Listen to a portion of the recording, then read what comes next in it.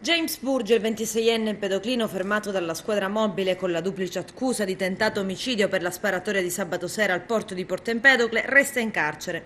Tuttavia, secondo il GIP Stefano Zammuto, che ha emesso l'ordinanza, non si trattò di tentato omicidio perché ha sparato un solo colpo in direzione della gamba all'indirizzo del pescatore trentenne Angelo Marino. Sembrerebbe inoltre che Burgio abbia mirato alla stessa parte del corpo quando avrebbe tentato di sparare all'indirizzo dell'armatore 27enne Riccardo Volpe, rimasto illeso per l'inceppamento dell'arma. L'agguato sarebbe avvenuto per una banale lite, i cui contorni però sono ancora da chiarire.